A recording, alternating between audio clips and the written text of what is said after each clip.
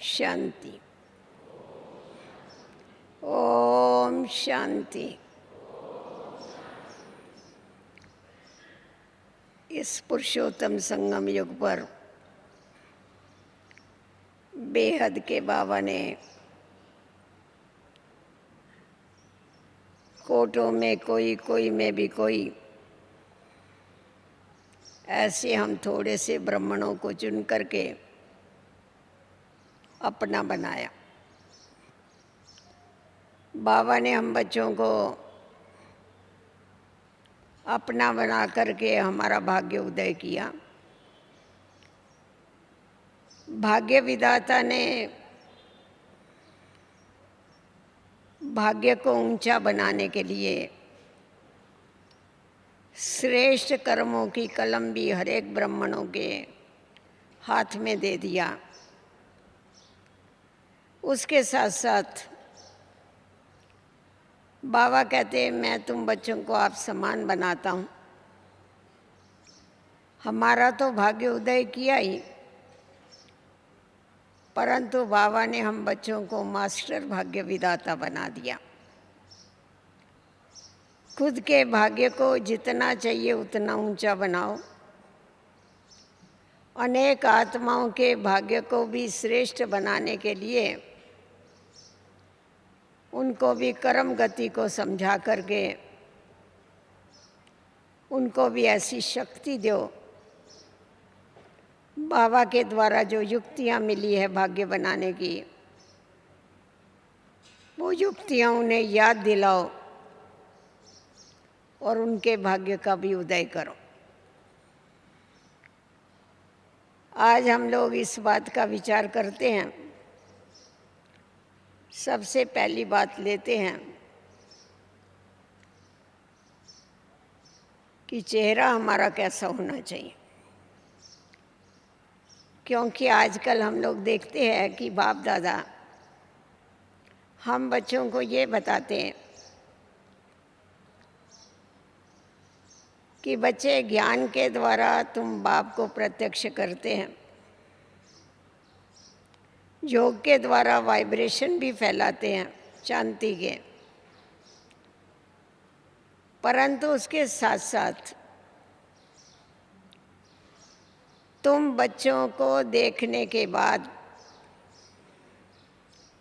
किसी भी व्यक्ति को ये अनुभव होना चाहिए कि है इनको कौन मिला है और क्या मिला।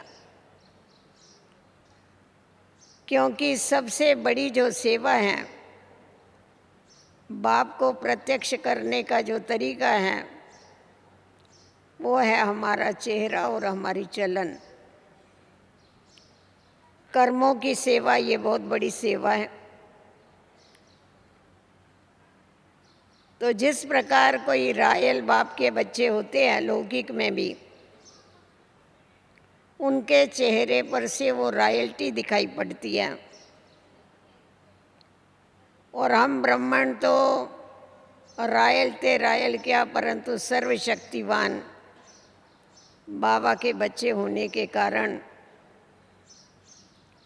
हमारे चेहरे पर से वो रॉयल्टी, वो पर्सनैलिटी दिखाई पड़े। प्रसन्नता ये ब्राह्मण जीवन की पर्सनैलिटी है, क्योंकि प्रसन्नता ये ऐसी चीज़ है जिस प्रसन्नता को देखने के बाद आज की दुनिया में जिस चीज़ की कमी है, आज मनुष्य भले अनेक उपाय करते हैं, परंतु प्रसन्न नहीं रह सकते, खुश नहीं रह सकते। बाबा हम बच्चों को रोज अमृत वेले से लेके खुशी की ऐसी खुराक खिलाते हैं जिस खुराक के द्वारा हम ब्राह्मणों के चेहरे जो है वो खुशी से चमकते हैं। आपको और हमें ऐसा मालूम इतना नहीं पड़ता है, परंतु नए जब कोई भी देखते हैं तो हमेशा ये वर्णन करते हैं कि आपके पास, आप लोग जो है, आपके पास आने वाले जो भाई बहन हैं, सबके चेहरे चमकते रहते। तो ये जो चमक है, ये कौन सी चमक है जो आज की अंधियारी रात में भी लोगों को दिखाई पड़ती है? प्यूरिटी की चमक तो है ही, परंतु उसके साथ साथ ईश्वरीय प्राप्ति की जो चमक है, वो चमक, वो खुशी अपने चेहरे पर आती। प्रसन्नता जो है अर्थात खुशी, प्रसन्नता की जननी है संतुष्टता। संतुष्टता ये सर्व गुणों की खान है और प्रसन्नता उसकी पहचान। अगर चेहरे के ऊपर प्रसन्नता है तो ये ज़रूर हम जान सकते हैं कि वो आत्मा संतुष्ट है, इसीलिए उसके पास प्रसन्नता है। संतुष्टता के बगैर प्रसन्नता कायम नहीं रह सकती है और संतुष्टता का आधार है संपन्नता। आप देवताओं के चेहरे देखेंगे, सदैव प्रसन्न हैं।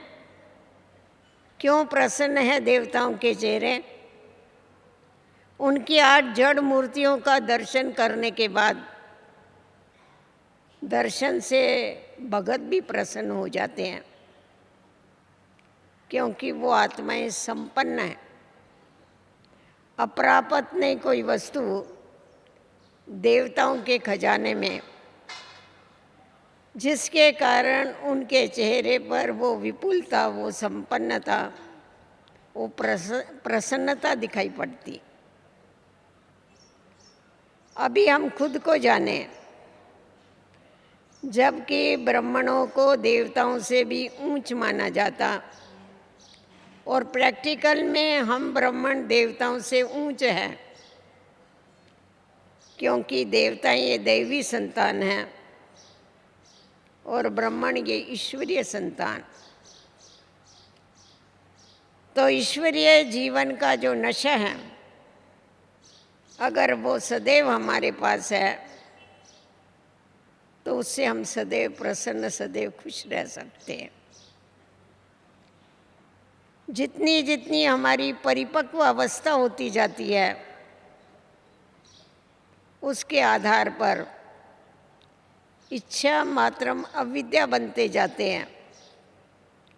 बाबा कहते, मीठे बच्चे, देवताओं के खजाने की बात छोड़ो, परंतु बाबा ने तुम बच्चों को इतना भरपूर कर दिया है जो ब्राह्मणों के खजाने में भी कोई अप्राप्त वस्तु नहीं। अर्थात ब्राह्मणों को कोई इच्छा नहीं है। अगर इच्छा है तो अप्राप्ति है, अगर ईर्ष्या है तो अप्राप्ति है, परंतु अगर कोई इच्छा ही नहीं है तो अप्राप्ति का ही। तो बाबा ने जो हम बच्चों को संतुष्टता का गुण दिया हुआ है, जिस संतुष्टता के आधार पर हम सदैव खुश, सदैव प्रसन्न रह सकते हैं। हमारी प्रसन्नता प्रशंसा के आधार पर नहीं होनी चाहिए। कोई कोई ऐसे पुरुषार्थी है, अगर उनकी प्रशंसा की जावे अर्थात महिमा की जावे तो खुश हो जाते हैं। अगर निंदा हो जावे तो प्रसन्नता गायब हो जाती। तो प्रशंसा के आधार पर प्रसन्नता जो है वो टेम्पररी है, क्योंकि सब दिन होता नहीं एक समान। और आप ये हमेशा ध्यान में रखिए, अगर आज हम लोग प्रशंसा को, महिमा को स्वीकार करते हैं तो कल हमको निंदा भी स्वीकार करनी पड़ेगी। इसीलिए योगी का लक्षण ही ये बताया जाता है निंदा स्तुति, मान अपमान, जय पराजय, हार जीत, इसमें समान स्थिति। जब वो योगी जीवन हमारी बन जाती है तो कोई निंदा करे नहीं तो महिमा करे, उससे कोई फर्क नहीं होता। अगर हम महिमा के आधार पर अपनी खुशी को रखते हैं, प्रसन्नता को रखते हैं, तो ज़रूर क्या होता है, हमारे को निंदा भी सहन करनी पड़ती है। महिमा स्वीकार करेंगे तो निंदा स्वीकार हो जाती।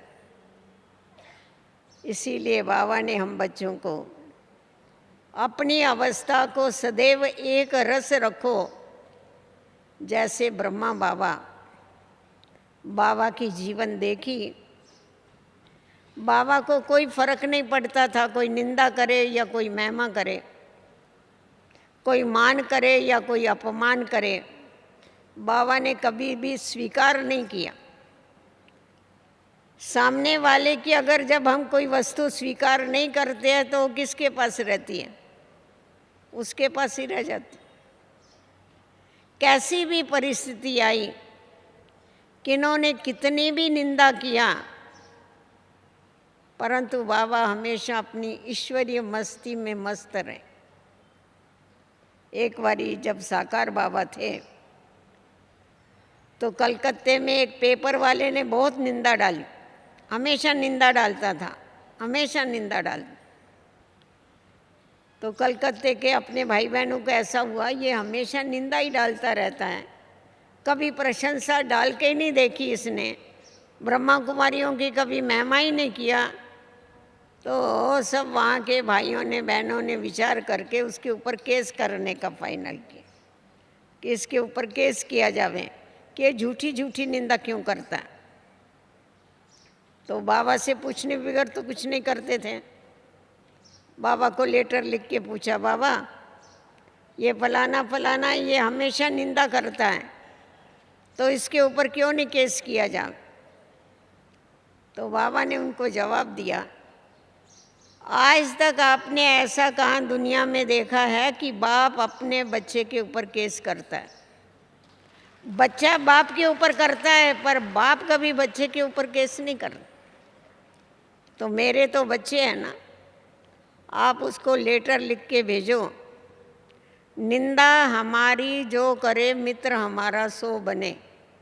वो निंदा कर रहा है और उसको लेटर ये लिखने को बोला कि निंदा हमारी जो करे मित्र हमारा सो बने। आप हमारे बड़े से बड़े मित्र हो जो हमारी कमियों की तरफ हमारा ध्यान खींचवा। उस भाई को लेटर गया, वो दिन और आज दिन उसने निंदा लिखना बंद कर दी। तो देखो बाबा की कैसी युक्तियां हैं कि अगर कोई निंदा करता है तुम उसमें हलचल में क्यों आते हो? वो हमारा सच्चा मित्र है। कभी कभी हमें अपनी गलतियां मालूम नहीं पड़ती है, पर सामने वाले को अगर मालूम पड़ता है और अगर वो कुछ बोलता है तो वो सच्चा मित्र है, उसको तो थैंक्स देना चाहिए, ना कि उसके ऊपर नाराज़ होना चाहिए। तो बाबा के जीवन में ये प्रैक्टिकल में धारणा होने के कारण बाबा ने हम बच्चों को बोल के नहीं सिखाया, परंतु हर कर्म करके सिखाया। इसीलिए भक्ति मार्ग में परमात्मा का गायन करण करावन हार स्वामी किया जाता। वो करता भी है और करवाता भी है, परंतु पहले वो कर्म करके बताता है। कर्म करके बताने के बाद कर्म को फॉलो करना बड़ा इजी हो जाता। तो निराकार ने साकार के द्वारा हर कर्म करके बताया कि श्रेष्ठ स्थिति किसको कहा जाती है, एक रस अवस्था किसको कहा जाती है, सदा की प्रसन्नता किसको कहा जाती है। कोई भी इच्छा नहीं रखो। अगर इच्छा रखेंगे, इच्छा कभी भी किसी को अच्छा नहीं बनने देती। आपकी जीवन कभी अच्छी नहीं बन सकेगी। इसीलिए इच्छा मात्रम अविद्या। जैसे देवताओं को इच्छा किसको कहा जाता है इसका ज्ञान नहीं है, वैसे तुम ब्राह्मणों के जीवन में भी जो भी इच्छाएं हैं इस दुनिया की, उसमें से कोई भी इच्छा नहीं होनी चाहिए, चाहे मान की, चाहे शान की, चाहे नाम की, कोई भी इच्छा नहीं होनी चाहिए। कोई अगर समझता है कि मैंने देखो इतनी सेवा किया और मेरा नाम नहीं होता है, वास्तव में वो नाम नहीं है, वो अभिमान। अभिमान आता है इसीलिए समझते मेरा नाम क्यों नहीं होता है। और जहाँ अभिमान है वहाँ प्रसन्नता कहाँ से आएगी, वहाँ खुशी कहाँ से आएगी, वहाँ तो क्या होगा, असंतुष्टता आएगी। तो इसीलिए बाबा ने हम बच्चों को ये बताया कि बच्चे श्रेष्ठ कर्म करते चलो, प्रसन्नता का आधार है श्रेष्ठ कर्म। श्रेष्ठ कर्म करने के बाद उसका रिएक्शन हमारे चेहरे के ऊपर आता है, प्रसन्नता। हम भी संतुष्ट होते हैं, दूसरे भी संतुष्ट होते हैं। जितना जितना हम आत्माएं संतुष्ट रहती है, उस संतुष्टता का चारों ओर वातावरण फैलता है और असंतुष्ट आत्माएं भी संतुष्ट होती जाती। परंतु वो कभी हो सकता है जब हम अपनी आवश्यकताओं को कम करते हैं, क्योंकि हमने देखा साकार बाबा की जीवन, सादी जीवन, उच्च विचार, एकदम सिंपल जीवन। तो सिंपल जीवन होने के कारण पुरुषार्थ भी सिंपल, ऐसा सिंपल जो कोई भी फॉलो कर सके। तो इसीलिए अपनी आवश्यकताओं को कम करके हम अगर सदैव तपस्या में रहते हैं, सदैव बाबा के लव में लीन रहते हैं, तो वो ईश्वरीय नशा जो है वो हमारे चेहरे के ऊपर प्रसन्नता को लाता है, खुशी को लाता है। बाबा कहता है बच्चे प्राण जाए पर तुम्हारी खुशी नहीं जावे, क्योंकि खुशी ये बाबा ने दिया हुआ तुम्हें खजाना है। खुशी ये बाबा ने दिया हुआ तुम्हें वर्षा है, वो तुम्हारा कभी भी जाना नहीं चाहिए। तो इन बातों का हमें खास ध्यान रखना है। उसके बाद हम देखते हैं फरिश्ता स्थिति। फरिश्ता क्या है? क्योंकि हमें बनना है मनुष्य से देवता, परंतु मनुष्य से देवता बनने के पहले एक बीच वाली स्टेज है। जब तक हम फरिश्ता नहीं बने हैं तब तक देवता नहीं बन सकते हैं। पर पहले तो हमें क्या बनना पड़ेगा? ब्राह्मण बनना पड़ेगा। ब्राह्मण सो फरिश्ता, फरिश्ता सो देवता। तो बाबा ने आकर के हम बच्चों को सबको क्या किया? क्षुद्र से ब्राह्मण बनाया, मर्जीवा बनाया। तो फरिश्ते की बात तो हम पीछे करें, पहले हम ये देखें कि हमें ब्राह्मण पने का कितना नशा है, मर्जीवा जन्म हमें कितना याद रहता है। अगर मर्जीवा जन्म मुझे याद है, अलौकिक जन्म मुझे याद है, तो हमारे कर्म आप ही अलौकिक होते जाते। लोकवासियों जैसे नहीं, परंतु अलौकिक। बाबा ने हम बच्चों के अंदर वो अलौकिकता अर्थात दिव्यता भरी। हमारा जो जन्म है, हमारा जन्म ही पवित्रता के बल से हुआ है। ब्रह्मा के मुख से पैदा हुए हैं, तो ब्रह्मा के मुख से पैदा हुए मानो पवित्रता से पैदा हुए हैं। तो जब हमारा जन्म ही अलौकिक है तो हमारे कर्म भी क्या हो गए? अलौकिक होने चाहिए।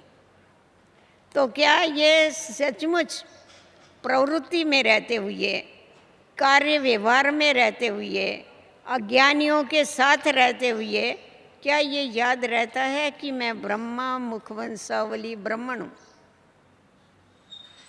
या कार्य व्यवहार में आते हुए, लौकिक के साथ व्यवहार करते हुए ये भूल जाता है कि मैं ब्राह्मण हूँ? जिसको सदैव याद रहता है मैं ब्रह्मा मुखवंशावली ब्राह्मण हूँ, वो जरा हाथ ऊपर करो। अच्छा, कठिन तो नहीं लगता है? माताओं का हाथ कम था? माताएं सुन रही हैं? सब उठ गई है ना, नींद पूरी हो गई। अरे मजे किए माताएं, बैठे बैठे सो जाती है। हाँ, देखो अभी भी कोई कोई अच्छा आराम से नींद कर रही है, क्योंकि ज्ञान तो बड़ा मीठा है ना अपना। तो ये ज्ञान की लोरी, बाबा बोलता है मैं तुमको ज्ञान की लोरी देता हूँ, तो माताएं आराम करती है फिर ज्ञान की लोरी लेके। तो जब हमको सदैव ये याद रहता है कि मेरा ये अलौकिक जीवन है, तो हमारा सोचना, हमारा बोलना, हमारा कर्म करना, ये कोई भी लौकिक रीति से नहीं होना चाहिए। हमारे हर कर्म में अलौकिकता होनी चाहिए। ब्रिजेंद्रा दादी थी, वो ये पाठ सबको पक्का कराते। कभी भी आपस में परिचय देते नहीं, ये मेरी बहन है, ये मेरा भाई है, तो ब्रिजेंद्रा दादी कहती थी देखो तुम्हारा ये भाई है ना, कौन सा भाई है, ये तुम्हारा लौकिक भाई है। तो बीच में लौकिक अक्षर डालो कि ये मेरा लौकिक भाई है, मेरी लौकिक बहन है। अगर तुमने लौकिक अक्षर डाला ना तो तुम अलौकिक हो गए, वो लौकिक हो गए। तो जैसा बीच में एक अपने को सेव करने की दीवार आ जाती, याद आ जाता है अरे मेरा तो अलौकिक जन्म है, ये तो लौकिक। तो जिस समय ये नशा रहता है कि हम ईश्वरीय संतान, हम बाबा के बच्चे हैं, हम ईश्वरीय संतान हैं, भगवान मेरा बाप है, उसने आके मुझे जन्म दिया है, उसने आके मुझे अपना बनाया है, ये ईश्वरीय नशा ही हमारे अंदर क्या करता है, श्रेष्ठ कर्म कराता। सोचेंगे तो भी ख्याल में आएगा मैं तो ईश्वरीय संतान हूँ, मैं ऐसा नहीं सोच सकता, मुझे फॉलो फादर करना है, मुझे बाबा को फॉलो करना है, बाबा ने जो सोचा वो मुझे सोचना है, बाबा को जो अच्छा लगता है वो मुझे करना है, क्योंकि बाबा मेरे को अति प्रिय है। जो व्यक्ति प्रिय होती है उसको जो प्रिय होता है वो किया जाता है। अगर उसको जो प्रिय हमने नहीं किया तो वो हमारे से प्यार नहीं करे। तो बाबा को क्या प्रिय है, बाबा को दिव्यता प्रिय है, बाबा को अलौकिकता प्रिय है, बाबा को श्रेष्ठता प्रिय है, क्योंकि बाबा श्रेष्ठ थे श्रेष्ठ। तो जिस समय हमें ये हमेशा याद रहता है कि हम ब्रह्मा मुखवंशावली ब्राह्मण हैं, तो हमारी वाणी के ऊपर भी कंट्रोल रहता कि ब्राह्मणों की वाणी कैसी होनी चाहिए। बाबा रोज हम बच्चों को क्या बताता है, बाबा यही कहता है बच्चे कम बोलो, धीरे बोलो, मीठा बोलो, सोच के बोलो। वाणी के ऊपर कंट्रोल कर दिया ना बाबा ने। बाबा हमारे सोच के ऊपर कंट्रोल करता है, हमारे देखने के ऊपर कंट्रोल करता है। देखना है तो किसको देखो, आत्माओं को देखो। तो जितनी जितनी हम ये प्रैक्टिस करते जाते हैं और उसके साथ साथ विधेयपन की प्रैक्टिस करते, देह से न्यारा बनने की प्रैक्टिस। देखो शुरू से लेकर के ब्रह्मा बाबा ने बच्चों को ये पाठ पक्के कराए। देह मुक्त होने का पाठ, राजा जनक का इतना गायन क्यों है? वो देह में रहते भी विधेयी रहा।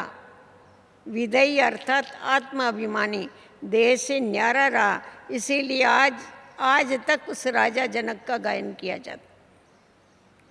तो बाबा ने बच्चों को ये प्रैक्टिस कराई शुरू से लेके, मैं आत्मा हूँ, मैं आत्मा हूँ, ये तो पक्का कराया। देह अभिमान से तो दूर कराया, पर देह भान से भी दूर करा। दो बातें हैं, एक है देह अभिमान और दूसरा है देह का भान। देह अभिमान तो मैं फलाना हूँ, ये हूँ, वो, अपनी डिग्री, अपनी पोस्ट, अपनी पोजीशन, अपना कुछ जो होगा वो रिश्ता नाता। परंतु देह भान माना मैं स्त्री हूँ, मैं पुरुष हूँ, ये देह भान। तो ये जो देह भान है, देह भान ही देह अभिमान में लाता है। तो बाबा ने ये भी बच्चों को प्रैक्टिस कराई कि देह अभिमान से तो परे रहना है, पर देह भान से भी परे रहना है। इसीलिए बाबा ने शुरू में ये पक्का करो मैं शिव की शक्ति हूँ, चाहे मेल है चाहे फीमेल है।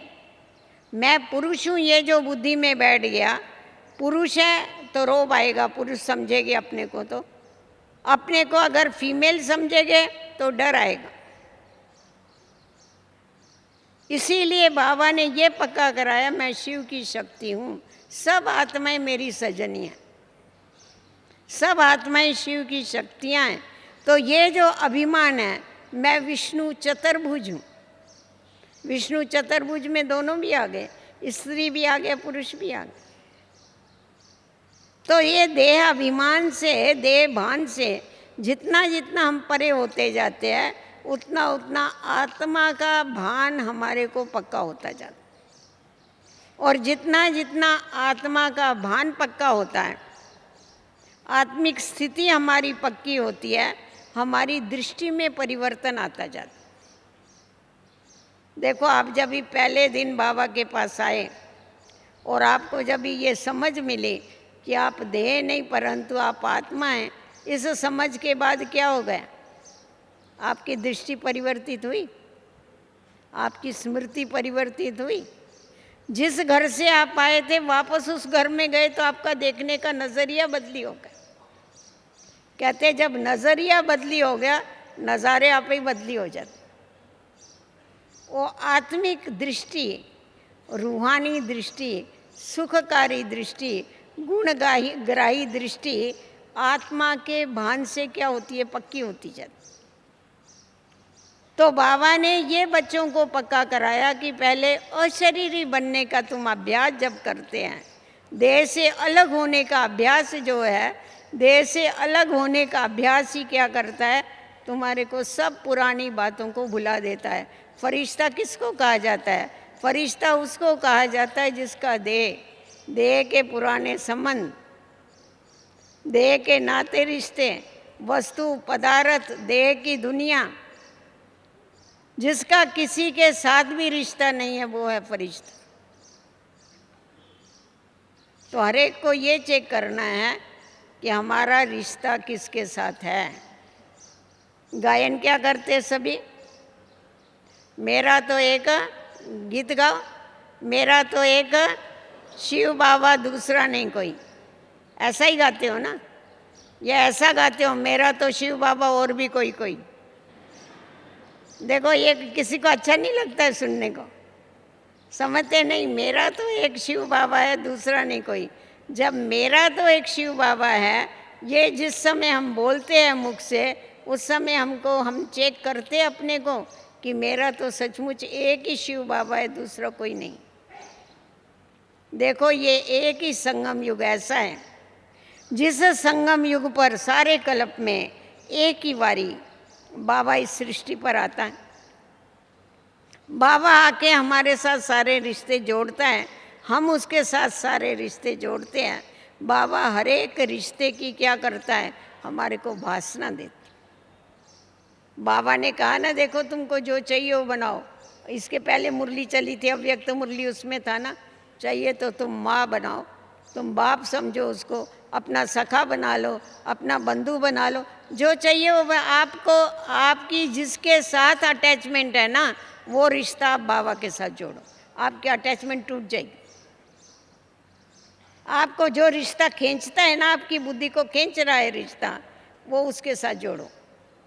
साजन का रिश्ता लगाओ, सजनी का रिश्ता लगाओ, वो सब कुछ बनने के लिए तैयार है। वो शिव बाबा के बदले शिव बालक भी बन जाता, सब बनता है वो। हमारे को हर रिश्ते की वासना, हर रिश्ते की रचना इस समय पर देता है। हर संबंध की रचना दे करके, वासना दे के हमको नष्टो मोहा बनाता है। नष्टो मोहा स्मृति लब्धा। जब तक नष्टो मोहा नहीं है तब तक स्मृति स्वरूप बन नहीं सकती, बाबा की याद ठहर नहीं सकती है। इसीलिए जहाँ हमारी बुद्धि जाती है, वस्तु में, पदार्थ में, जहाँ भी बुद्धि जाती है, उन सभी से बुद्धि का योग निकाल के हमें किससे लगाना है? एक ही बाबा के साथ लगाना है। क्योंकि बाबा ही मेरा संसार, और वो संसार ऐसा पावरफुल है, वो सर्व कुछ प्राप्तियाँ कराने वाला संसार। बाबा के दरबार में कोई अप्राप्ति है? कहते हैं ना, भगवान के पास क्या अप्राप्ति है?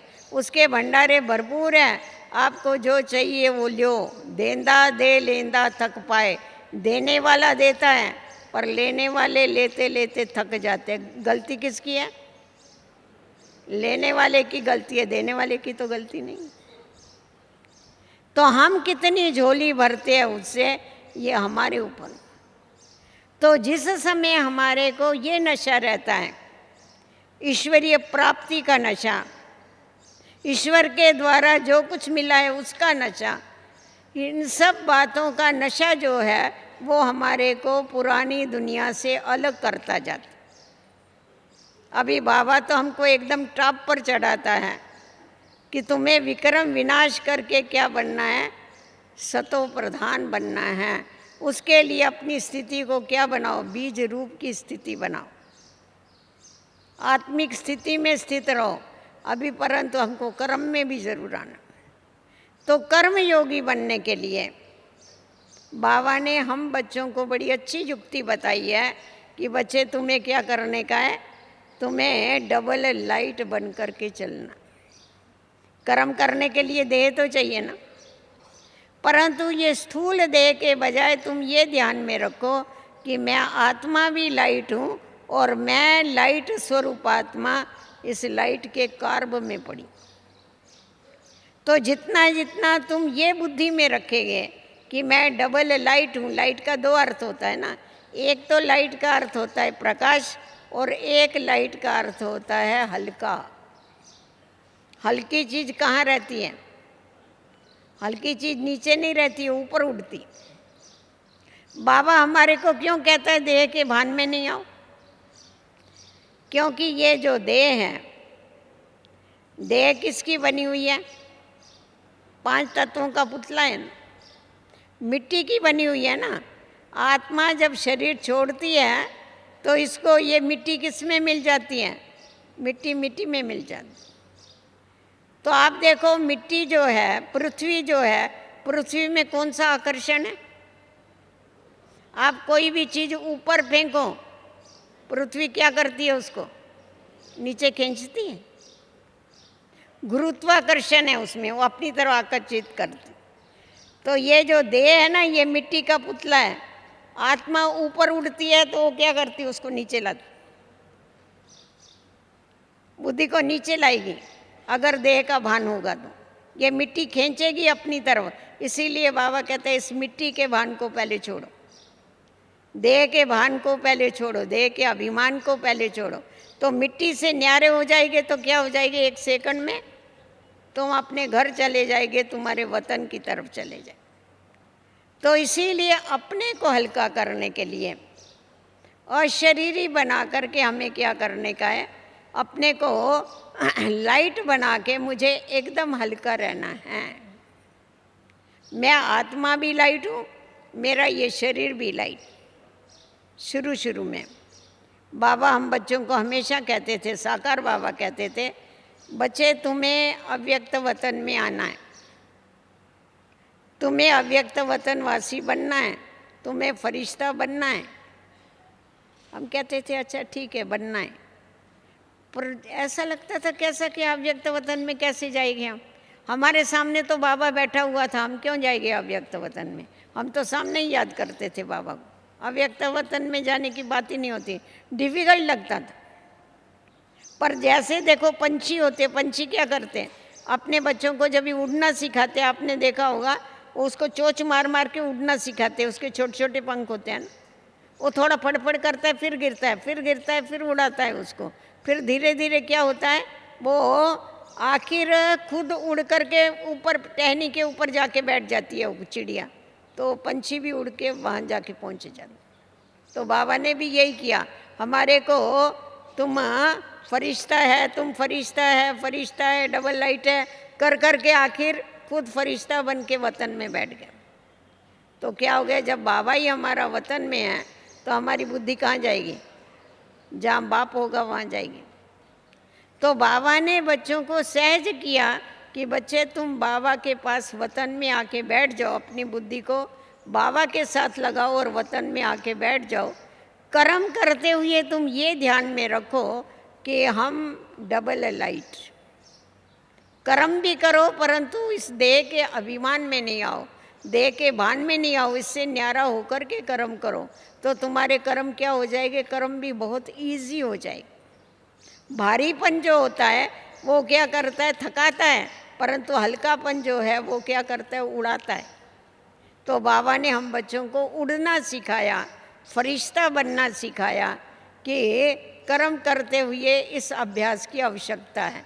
और जितना हमारे को ये अभ्यास होता जाता है कि मैं इस देह से भिन्न, मैं प्रकाश स्वरूप आत्मा हूँ, मैं लाइट के कार्ब में पड़ी हुई आत्मा हूँ, जितना जितना ये स्थिति हमारी आती जाती है उतनी उतनी हमारी स्थिति उपराम बनती जाती। उपराम माना इस दुनिया से परे होती जाती, एक ही निराकार राम याद रहता है। फिर तो न्यारा बनाने के लिए बाबा ने हम बच्चों को क्या किया, ये फरिश्तेपन का पाठ पक्का कराया कि सदैव ये याद रखो फरिश्ता। फरिश्ता किसको कहा जाता है, हमेशा फरिश्ते का क्या बताते हैं आप, अगर हिस्ट्रियाँ भी पढ़ेगी ना फरिश्ते की, कहते हैं फलाना फरिश्ता आया, उसने संदेश दिया और वो चला गया। कहाँ भी आपको ऐसा किसी शास्त्रों में, किसी किताबों में नहीं मिलेगा कि फरिश्ता आया और आने के बाद वो वहीं बैठ गया, वो गया नहीं। नहीं, फरिश्ता माना ही उड़ने वाला है।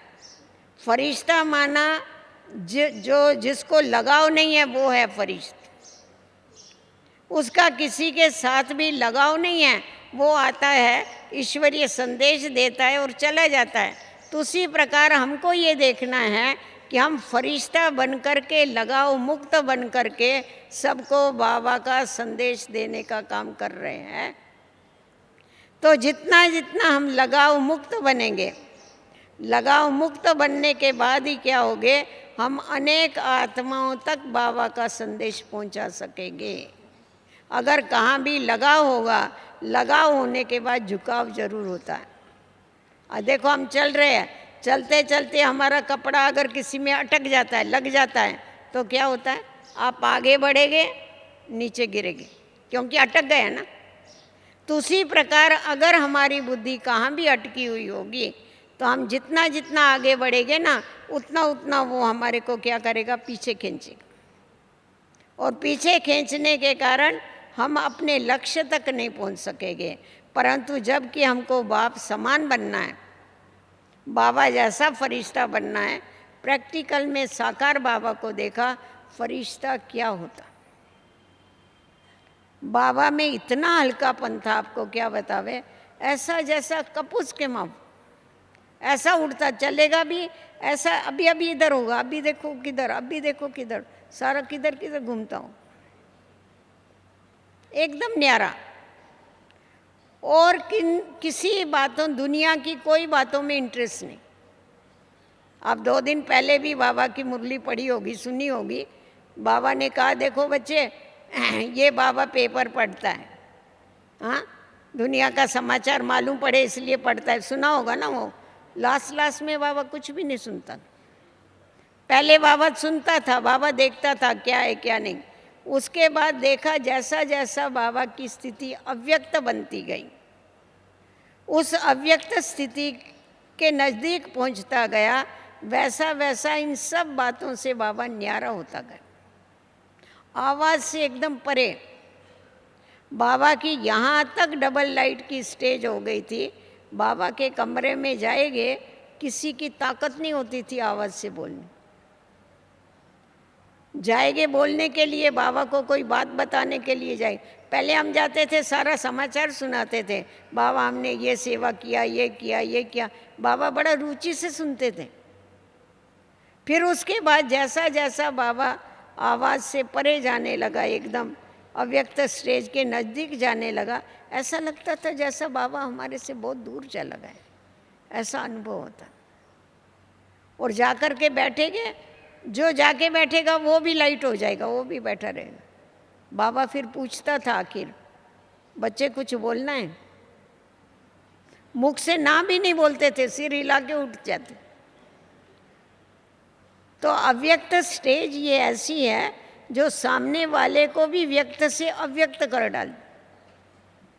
तो बाबा ने या मम्मा ने ये जो स्टेज प्राप्त किया, ये बिगर मेहनत नहीं हुई। बाबा ने उसके लिए बहुत मेहनत किया अपने ऊपर, शुरू से लेकर के बाबा ने विधेय बनने की बहुत मेहनत। मम्मा ने सारी सारी रात टेरेस के ऊपर बैठ के तपस्या ही किया, मेहनत कर कर के उस स्टेज को प्राप्त किया। तो फील होता था बाबा से कि बाबा अभी इस देह में होते हुए भी देह में नहीं है। कोई बात भी सुनाएंगे ना तो ऐसा लगता था जैसा हम तो सुना रहे, बाबा सुन ही नहीं रहा है। देखता भी होगा ना, जैसा ऐसा लगेगा जैसा बाबा हमारे को नहीं देख रहा, पता नहीं कहाँ देख रहा, उसको जैसा अपना लक्ष्य पक्का दिखाई पड़ता।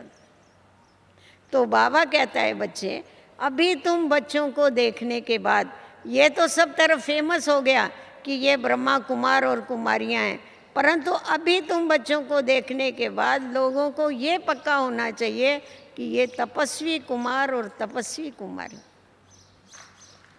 तुम्हारी योग की ऐसी स्थिति हो जो तुमको कहना नहीं पड़े हम योग लगाने वाले योगी नहीं है, हमारी योगी जीवन है। योग लगाना और योगी जीवन में रात दिन का फर्क है।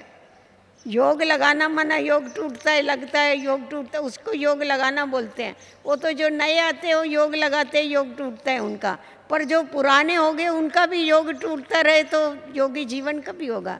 जीवन जो होती है वो 4-8 घंटे की नहीं होती है, जीवन ये सदा काल की होती। तो हमारी योगी जीवन है, तो योगी जीवन है तो सामने वाले को ये अनुभव होना चाहिए कि ये तपस्या करने वाले, ये तपस्वी कुमार तपस्वी कुमारी हैं। तभी हम क्या कर सकेंगे, बाबा को प्रत्यक्ष कर सकेंगे। जब तक तपस्या के वाइब्रेशन नहीं देंगे हम, बाबा की याद के वाइब्रेशन, शांति के, आज जैसा बाबा ने शांति की शक्ति का बताया, शांति की शक्ति कितनी पावरफुल। तो वो जो शांति की शक्ति है उसके वाइब्रेशन जब चारों तरफ नहीं फैलाएंगे तब तक ये अशांत जो दुनिया, ये शांत नहीं हो सकती। तो उसके लिए क्या करना पड़ेगा, हर एक को इंडिविजुअल रीति से भी खुद के ऊपर मेहनत करनी पड़ेगी। जिन जिन बातों से हमारी अवस्था ऊपर नीचे होती है उससे अपने को सेफ रख के अपनी अवस्था को एक रस रखने की आवश्यकता। नहीं तो क्या होता है, थोड़ी सी बात होती है डिस्टर्ब हो गए, थोड़ी सी बात हो, अरे घड़ी घड़ी डिस्टर्ब हो गए तो फिर आखिर एक रस स्थिति का हम कभी अनुभव करेंगे। आज देखो ट्यूबलाइट जलाते हैं, फटफट फटफट करती है, लगातार नहीं जलती है तो अच्छी लगती है किसी को? बोलेंगे ना भाई बंद करो, ये तो इससे अंधेरे में बैठेगे, ये क्या लाइट। तो उसी प्रकार अगर अवस्था कभी ऐसा, बाबा उसको छुई मुई कहते थे, साकार बाबा उसको छुई मुई की अवस्था कहते हैं। छुई मुई मालूम होगा ना आपको, लज्जावंती का झाड़ होता है, आप उसको हाथ लगाएंगे ना पत्ते ऐसे हो जाते हैं, हाथ दूर करेंगे तो ऐसे खोलेंगे। तो बाबा कहते हैं कोई कोई बच्चों की अवस्था ऐसी है, माया फूंक मारेगी तो ऐसे उदास, फिर जरा ये होगा तो एकदम बड़े खुश। अभी देखेंगे तो बड़े खुश दिखाई पड़ते हैं, अभी देखेंगे तो एकदम ऐसे हो जाएगी, बात मत पूछो। तो प्रसन्नता कहाँ चली गई? इतना बरस जो मेहनत करे कि हर एक ने, किसको 8 बरस हुआ होगा, किसको 10 हुआ होगा, किसको 5 हुआ होगा, 2 होगा, हर एक ने मेहनत करके अपनी अवस्था को जमाया है ना, वो अवस्था हमारी कायम रहे, इस बात का ध्यान देने की आवश्यकता है। और जितना जितना अपने में न्यारापन आता जाएगा ना, इतना इतना क्या होगे, देखने वाले को भी ऐसा लगेगा कि ये व्यक्ति हमारे से अलग है, न्यारा है। न्यारी चीज़ ही प्यारी लगती है ना, हमारी न्यारी स्थिति जो है वो बाबा को भी प्यारी लगती। परंतु अगर हमारी न्यारी स्थिति नहीं होगी, देह और देह की दुनिया से तो बाबा को भी प्यारी नहीं लगेगी और हमको हमारी जीवन भी प्यारी नहीं लगेगी। ऐसा होता है ना, खुद की जीवन भी अगर समझो कहाँ बुद्धि अटकी हुई होती है, मेहनत करते अरे मेरी बुद्धि इससे छूट जावे, मेरी बुद्धि। बाबा ने बड़ा सहज तरीका बताया, सबको भुलाने की कोशिश नहीं करो, एक को याद करो, सब भूल जाएंगे तुम्हारे। शरीर से अलग हो जाओ तो आप ही देह का अभिमान क्या हो जाएगा, तुम्हारा टूट जाएगा। तो बाबा ने जो जो युक्तियाँ बताई है, बाबा जो इतना अथाह ज्ञान का खजाना हम बच्चों को देता है, उस खजाने का हमारे को रमण करना चाहिए, उसके ऊपर हमको विचार सागर मंथन करना चाहिए। जितना जितना हम उस खजाने को उगारते हैं उतना उतना वो हमारा बनता जाता। समय के ऊपर वो, ये ज्ञान सिर्फ ज्ञान नहीं है, ये ज्ञान शस्त्र है, ये शस्त्र का रूप लेता है। और समय पर क्या होता है, कोई भी ऐसी परिस्थिति आती है तो उसका मुकाबला करने के लिए हमारे को शक्ति मिलती, हम उसको यूज़ कर सकते हैं। परंतु अगर हम एक कान से छोड़ के दूसरे कान से निकाल देंगे तो क्या होता है, उससे कुछ भी फायदा नहीं होना। तो इसीलिए ये ध्यान में रखना है कि हमारे को फरिश्ता बनना है, तो जितना हो सके, जितनी आवश्यकता है उतना ही बोलो, जितनी आवश्यकता है उतना ही सुनो, ज़्यादा बातों में कभी इंटरेस्ट नहीं रखो। ज़्यादा सुनने का भी इंटरेस्ट नहीं रखो, बोलने का भी इंटरेस्ट नहीं रखो, ज़्यादा सोचो भी नहीं, कम सोचो, आवश्यकता के अनुसार सोचो। कोई कोई बोलते क्यों नहीं सोचेंगे, क्या हमारी बुद्धि के जड़ है क्या? अरे सोचेंगे तो थोड़ा सोचो, नहीं तो क्या करते, बहुत सोचते हैं और कर्म में लाते हैं बहुत कम। ऐसा नहीं, उसमें वेस्ट बहुत जाता है। तो बाबा कहता है बच्चे, तुम अपनी जो एनर्जी है, आत्मिक बल है, जो विल पावर है, उसको सेव करो। इसीलिए बाबा हम बच्चों को ये पाठ पक्के कराता है कि अपनी कर्म इंद्रियों के ऊपर तुम्हारा जितना जाप्ता रहेगा, जितना तुम्हारा कंट्रोल रहेगा, उतना ही तुम क्या होगे, माया जीत जगत जीत बन जाएगा। और ये कर्म इंद्रियों से क्या होते जाएंगे, तुम न्यारे होते जाएंगे। कर्म इंद्रियों के ऊपर विजय प्राप्त करना अर्थात ही फरिश्ता बनना। कर्म इंद्रियां फिर हमें कभी भी धोखा नहीं दे सकेंगी। ऐसा नहीं हमारी बुद्धि चलायमानी हो गई, हमारे को व्यर्थ संकल्प चला गया। बड़ी कर्म इंद्रियां तो मन बुद्धि संस्कार है, कभी संस्कारों का, पुराने संस्कारों का जोर हो गया, वो नहीं होगा। इसीलिए थोड़ा अपने ऊपर अगर अटेंशन दे कर के पीछे चलते हैं तो हमारी जीवन एक आदर्श योगी जीवन हो जाती। ओम शांति।